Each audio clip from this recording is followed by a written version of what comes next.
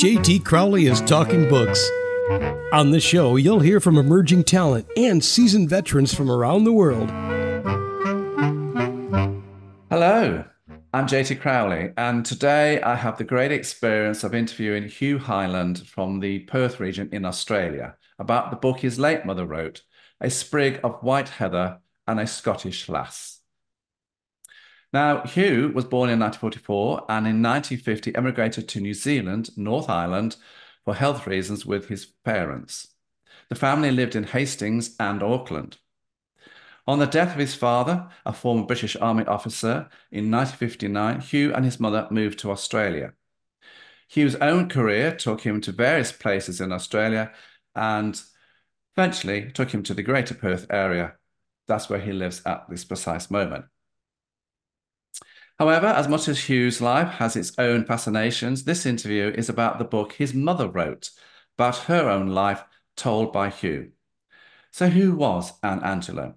And why did she spend most of her life on and off working on the manuscripts that not only make up this book, A Sprig of White Heather and a Scottish Lass, but there was a second book in the series, The Forbidden Zone 1940.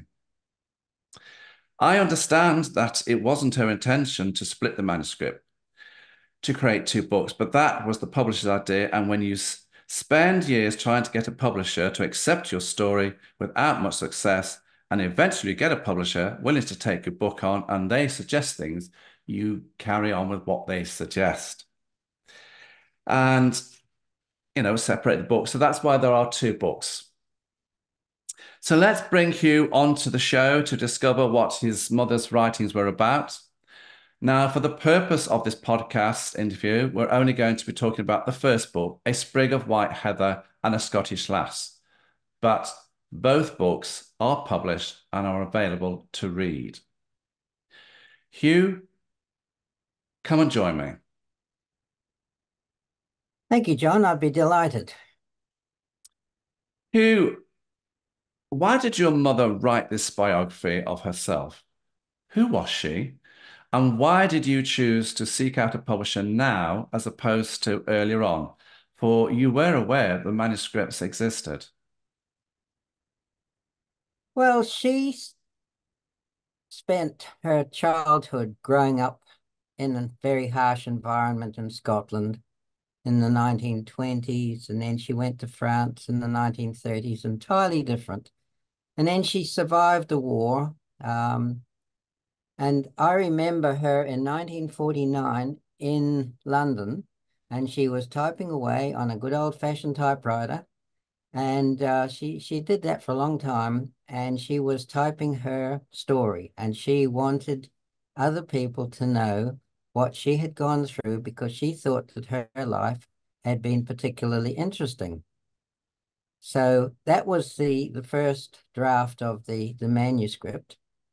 And then we got moving around in the 1950s, as you mentioned, over to New Zealand, and then we went to Australia after that. And she decided that she would like to have a try at getting her book or her manuscript published. So she got a ghostwriter to assist her in expanding it. And in around about 1979-80, we ended up in France and getting more information, and then went to Scotland and got more information, and all that was put into the book as well. And interestingly, the ghostwriter died in 1982 from radiation poisoning, which is strange, but no one knew why. So the book was just put aside, and it was completely forgotten about until, well, 1985. We were over in the UK again, and we went round. We'd written to a few book publishers, and they just weren't interested. In fact, we even knocked on their door, literally, and they basically said, "Oh, we don't sort of, do cold calls, etc., on unknown authors." So the book was just, or the manuscript was just put away, completely forgotten about. And she died in 1999. And then about 2 years ago, with the COVID lockdowns, I was just going through all sorts of old things and came across this briefcase with all these notes and manuscripts and photographs and you name it. And I thought, well, I may as well see if anyone is interested now that they do things with computers instead of doing things on typesets. So I contacted Ex Libris and they said, oh yeah, well, send us the manuscript and we'll have a look at it. So I sent them the manuscript and they raved about it and said, yes, yes, yes, we're very interested in it. So they, within a couple of months, they had actually, backwards and forwards and, secured the draft properly written up and all the rest of it. And within a month or two after that, it had appeared as the two books. So A Sprig of White Heather is the sort of the initial theme because it has a special meaning to the Scottish people. It's good luck. They have it at weddings and things like that. And basically, it appears at the beginning of the book as a good luck charm. And that's the hook, basically, for the story. Now, Hugh, there are 21 chapters in this book. And as I said in my written introduction that accompanies this interview, these chapters have been sublimely written. Now, we're not going to venture into all the chapters, everybody, because we'll be here forever and a day. And that's not the idea of this interview. The idea is to give you an overriding concept of what this book is about. If you want to know more of what's in the book, as I say on most of my interviews, go and buy it. Then you'll find out what's in it. It's a fantastic book, everybody. I thoroughly enjoyed it. And I found it very emotional and very inspiring. And I'm going to say no more. Now, I'm going to go to a couple of the chapters that Hugh and I have agreed on. So as you get, as I said, an idea of what this book is about. So I'm going to go to, say, 6 or 7 chapters. And so let's go to the first chapter. And this is headed up Reflections. And what I saw coming across very strongly was how little young women back in the 1920s in society had over their own lives and how family decisions were taken by fathers with little or no consideration for those whose, for their loved ones, their feelings, their affections, or what they actually wanted. What father said went. And very often it was more about money. Now, your mother and her brother Peter and their mother didn't, from what I can ascertain, have a happy, normal family life. Hugh, would you care to give the audience a brief insight to what's going on in this chapter and why it was the introductory chapter? Well, it's called Reflections, and it reflects on more than just what's in the book. It sort of extends to after the book, and she meets a dashing British Army officer, and they have, a love relationship, etc. And the sprig of white heather comes and goes. So the reflections also then continue as when she was being brought up in Invergordon in the 1920s, and the father was so harsh that it was one of these, domestic situations where everyone in the family was sort of in fear of the father. And on the other hand, she was there helping the father's work. He ran a motor repair company, and he also used to work for the Royal Navy because they were based there at that time. And at the age of 11, she was out driving the minibus for sailors, taking them here, there, and everywhere. So she got a very early introduction to, life, shall we say, on the hard side of life. And she studied after school to be a pharmacist, but he wouldn't let her go to Edinburgh to sit the final exams. So that was the final straw. So he wanted to marry her off to anyone in Invergordon that, so that she could stay there, have children, help him, and that was going to be her life. So she escaped to France as a governess, and that's the reflections part of the first chapter. It's a very inspiring chapter, everybody. And as I said, it's very heartwarming, but unfortunately, it's very true. Now, chapter 2, Hugh, early childhood. This chapter, as far as I can understand, is Anne reliving a very unpleasant part of her past.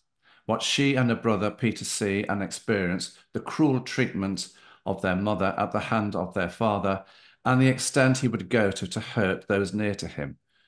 Nowadays, that would be a reportable abuse, but that was life back in those days. Your mother, you know, and uncle, they feared their father.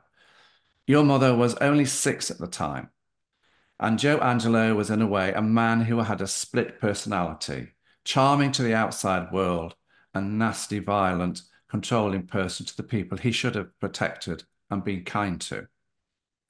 He was a womanizer, as well as far as I can tell.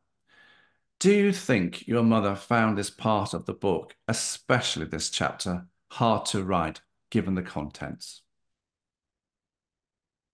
I would say yes, because we went back in 1980 and again in 1985, and we went to the local graveyard there, and just from what she was saying there, she hadn't forgiven him then, and that was like 50, 60 years later.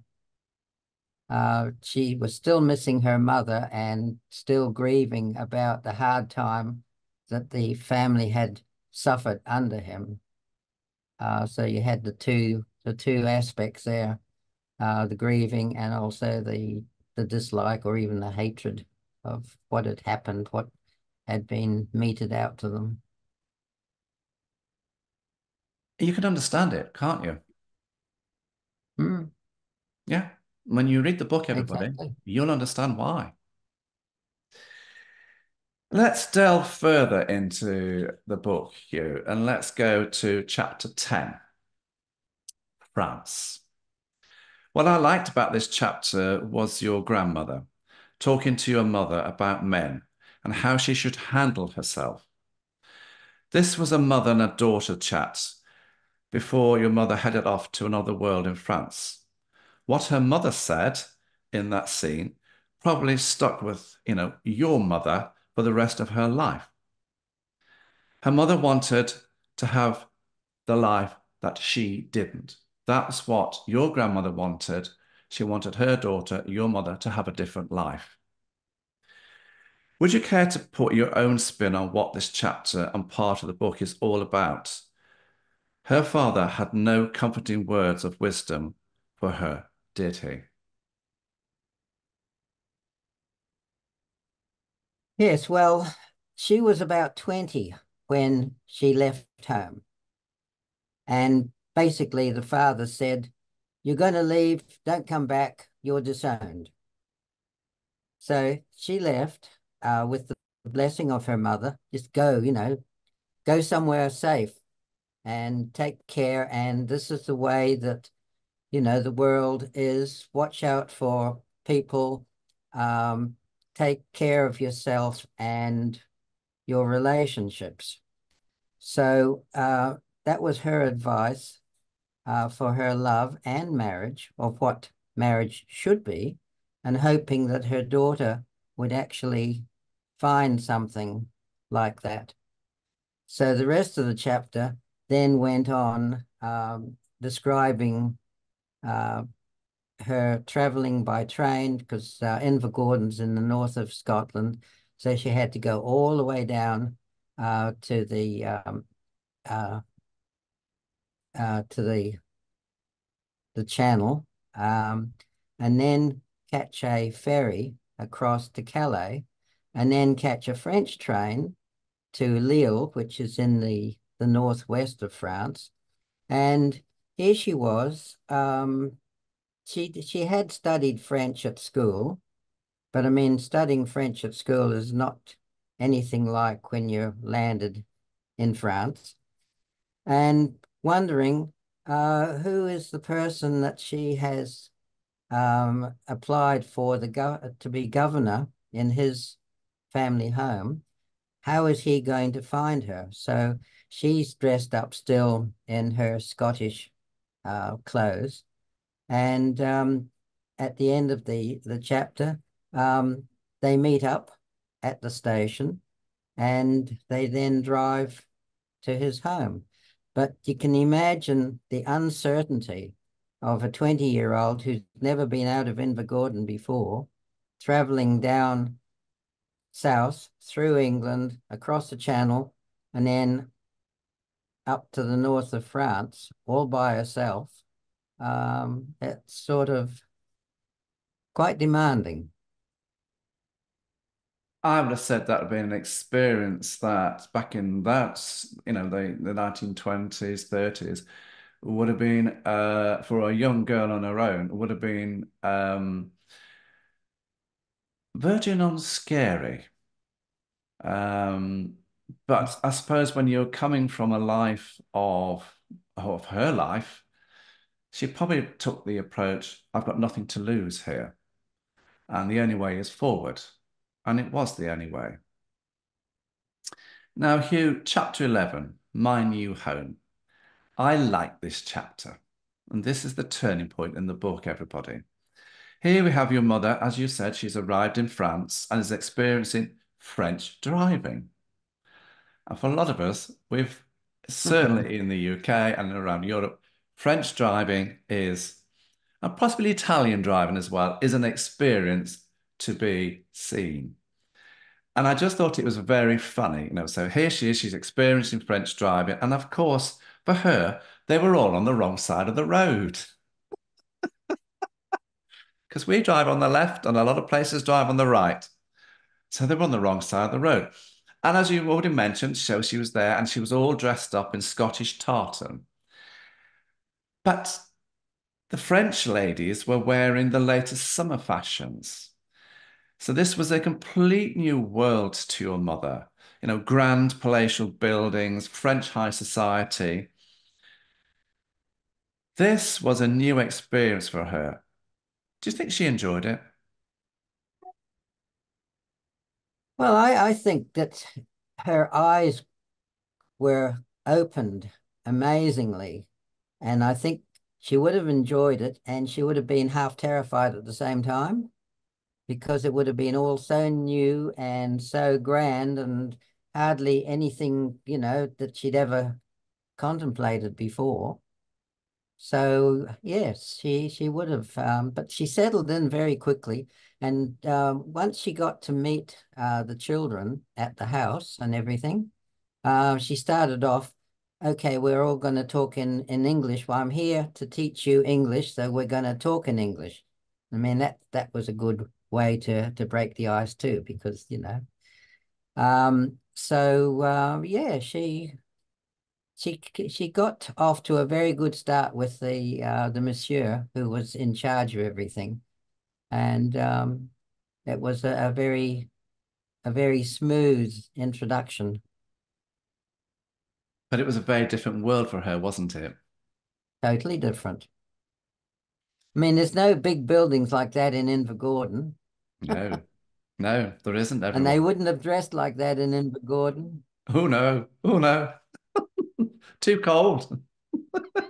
And of course, he had servants. He had a cook, and he had a housekeeper, and a driver, and a few other gardeners, and that.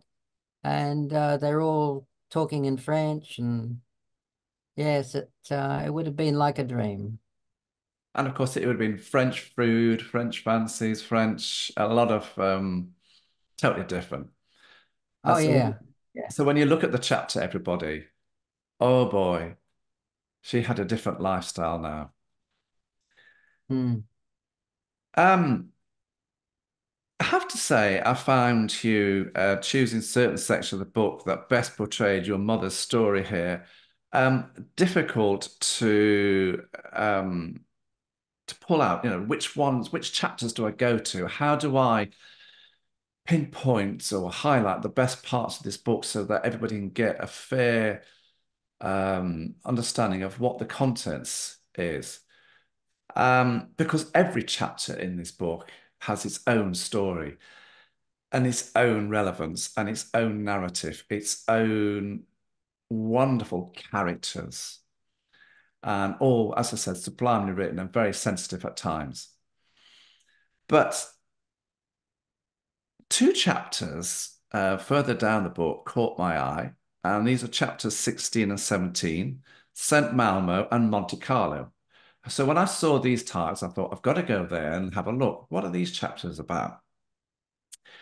And because the stories behind the scenes in the Channel Isles and Monte Carlo have far greater significance to them than just a fabulous place to go. Anne feels that in both chapters she's been observed by those rich folk around her as they're looking at her background because her background and their background were a stark contrast. And it's also talking about relationships, you know, relations from the past. And I thought the story in Monte Carlo, the gentleman who got slightly confused with the message in her job application's engagement, because what she meant by engagement, what he thought was engagement, was two entirely different storylines. And how the story comes across is absolutely wonderful. Um, so my question to you is, Hugh, do you think that your mother's experiences here, you know, the new path, a path to a different world from her Scottish roots, was something that she cherished here? This was a part of her life that she reflected upon as very endearing. And again, we are seeing new characters come in here. Did she enjoy talking about this part of her life? Well, after she'd settled in as the governess, they would regularly go on vacation around Europe, and she would go with them. So before long, she became quite used to tripping around different parts of France. And this part where she actually goes down to Monte Carlo, because see, the uh, the children started to grow up by then, and with the depression, the owner had moved more permanently to Paris because he used to commute between Paris and Lille, and so she transferred being a governess to actually running the place as a small private hotel. Um, but even that was a bit shaky at that time, whether it would be, continuing and whether she would still be in his employment. So she decided to look and see if there was somewhere that she could get more work that would be guaranteed. So she applied for and this place in Monte Carlo and went down there. And then she got into all sorts of strife because there are people around then as well as now that sort of tell you one thing but have something entirely different in mind. So I won't go into the detail because that's an interesting part of the story about what she had to go through subsequently after she arrived in Monte Carlo. And of course, Interesting, this very little bit interesting. also runs into the depression hits in chapter 18. Um, the passport bit here, Hugh, really, I thought, wow, that is fascinating. Um, you know, because by now, and she was driving a car. She got a Buick car, everybody.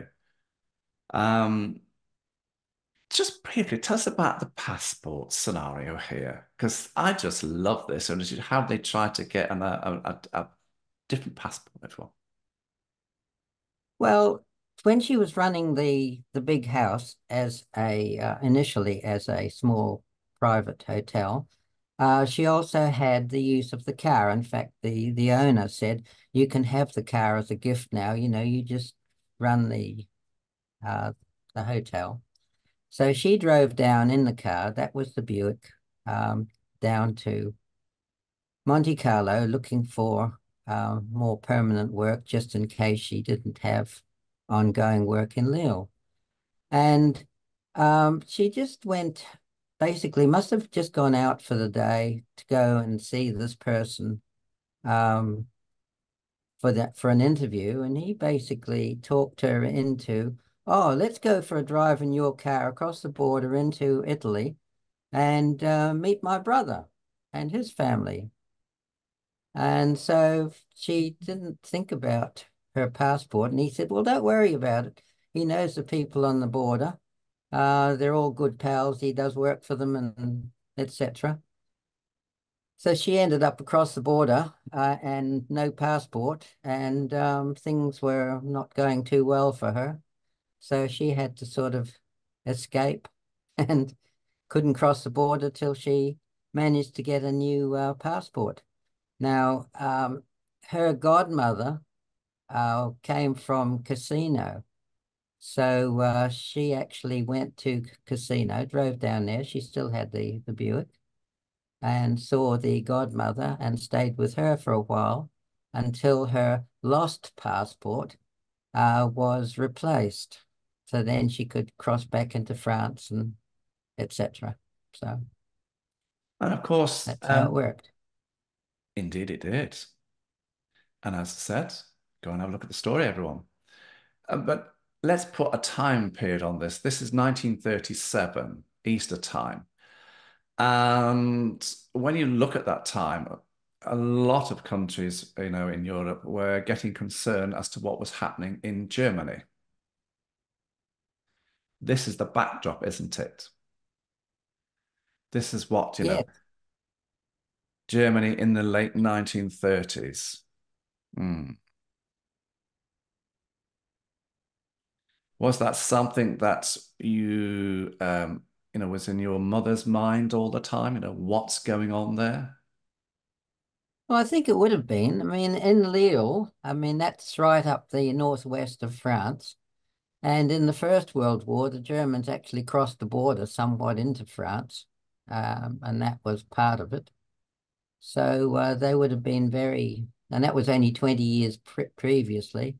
So they all would have been very wary of what's going on in Germany Hmm. and what could happen.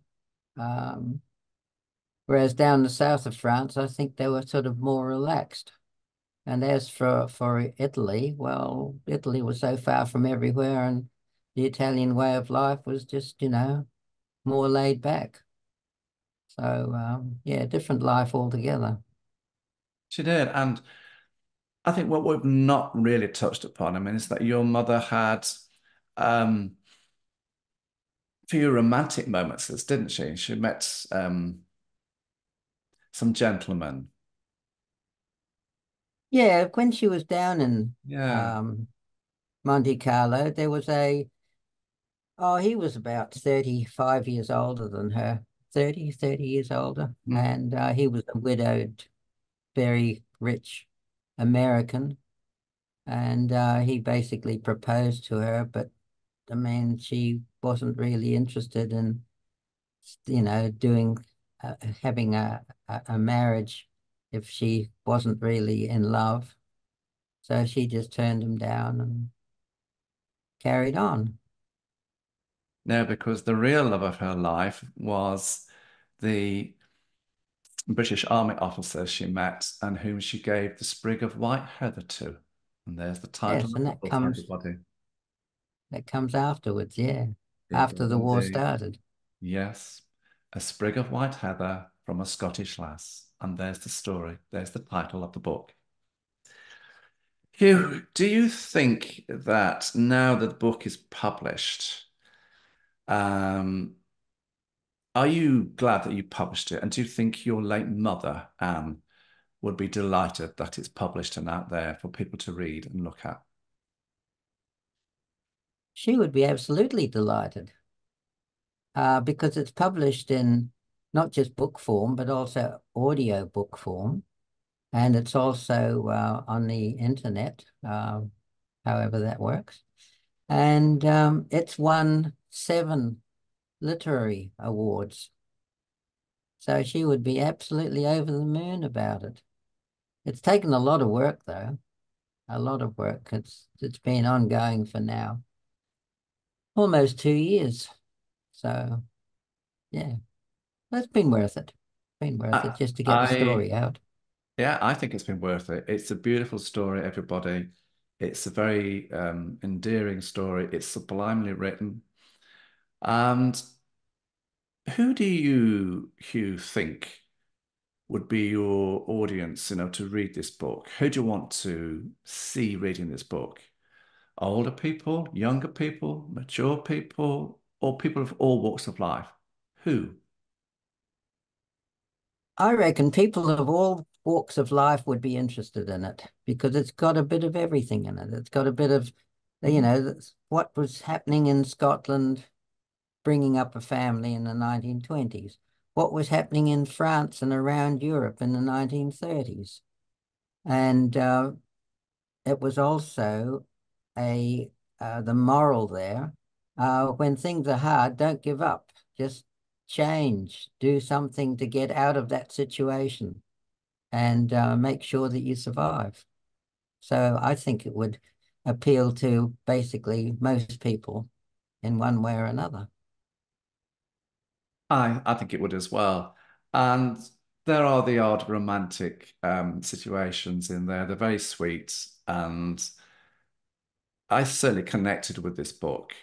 And as I said, I found it very difficult to pick out certain chapters to give you all a flavor of what this book is about, because every one of these 21 chapters has got some great story behind it. Hugh, where can people get these books? Well, Ex Libris, they're the publishers, and people can order anything through Amazon, I think. And if they're in Australia, for example, it's Booktopia also has it. Um, but I'd say if you just get onto the internet and you just type in a sprig of white heather and a Scottish lass, that would give you all the details of where to get what format the book you want, whether it's an audio book or whether it's a hardcover book. And the other thing to is an easy way if you can't remember that long title, is just to look up Anne Angelo, A-N-N-E, Angelo, Angelo, and that comes up under her. So that's the best way. Do a Google search. And the other It's way, also available in a lot of booksellers too, but from what I can gather, they don't carry that many copies yet, and some of them have sold out already. So yeah, just that's, go that's Google it. good. And of course, if you just go on Amazon and put in Anne Angelo, you'll find it there. And when you look at this podcast, there is the link to the book on Amazon. And I have to say, Hugh, that I have thoroughly enjoyed looking at your late mother's book, her story, um, what her life, part of her life was about. And I know that there is more to come in the second book, The Forbidden Book, 1940. So I just want to say to you, thank you so much for giving me the great privilege of chatting to you about your late mother's book. It's absolutely wonderful, everybody. Go and have a look. Thank you, John. You're very, very welcome. I'm JT Crowley. Thanks for listening, watching, wherever you're in the world. Until next time, stay safe.